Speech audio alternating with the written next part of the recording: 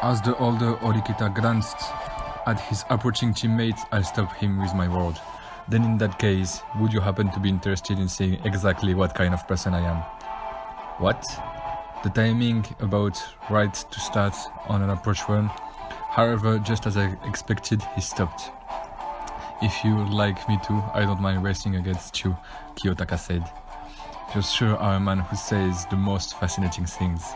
Was it just my misunderstanding? Up until now, I thought you hated standing out and avoided taking any direct action. Even in this relay, I had thought you would simply let things play out and end. If you'll abandon any possibility of making it to second place in order to race me, then I'll accept. It's not every day a first year and a third year are lined up side to side to compete. In response to my unexpected provocation, the older Horikita stopped entirely and turned to face me. Interesting. Applying briefly, as such, he no longer made any move. The one most bewildered by this would have to be the fifth runner for Class A of the third year. He had done his best to carry the baton to hand over, yet the brother received the baton while standing still. You did well. The third year is breathing.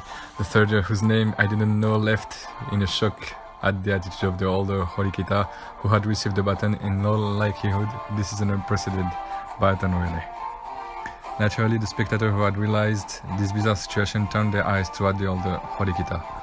Class A of the third year, on once third place, was overtaken one after another, and at last, Class D Kushida approached me. Kushida too realized this bizarre situation, but she ran over at full speed, at a distance covered in a few more seconds. I'll just say this once before the race, Kiyotaka said. What? Replied the student council president. As the two of us started on our approach run, I said this one sentence: run with everything you've got. For just an instant, I felt that the older Horikita, who had disappeared behind my field of vision, laughed. At this very moment, the baton passed over to me. Ayanokoji-kun! Kushida cried. I accept the baton Kushida handed over, and as the opening act, I dashed forth at full throttle. In my whole life up until this moment, I've never once run seriously in this wide, sprawling world. The situation is completely different compared to when I had continued running indifferently in that cold, inhuman room. It's still the start of October, the cool season is still far off. I basked in the cold wind. I don't care about catching up or overtaking the runner in front. In this moment, all that matters is the race against the man running next to me. I stood cutting to the wind at full speed. We closed the distance between us and the runner in front. You've got to be kidding, right?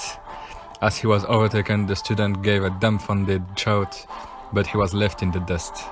Also, I can no longer hear the cheers. Strategy and ingenuity have become irrelevant. All that remains is my one-on-one fight against Horikita Manabu, who is running next to me. Beyond the first curve, beyond the straight line, and finally to the last curve. Alright, I'm going to accelerate even further.